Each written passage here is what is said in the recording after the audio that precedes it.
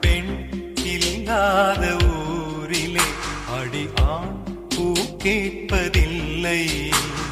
பெண் இல்லாத ஊரிலே கொடிதான் பூ பூப்பதில்லை. உன் புடவை முந்தா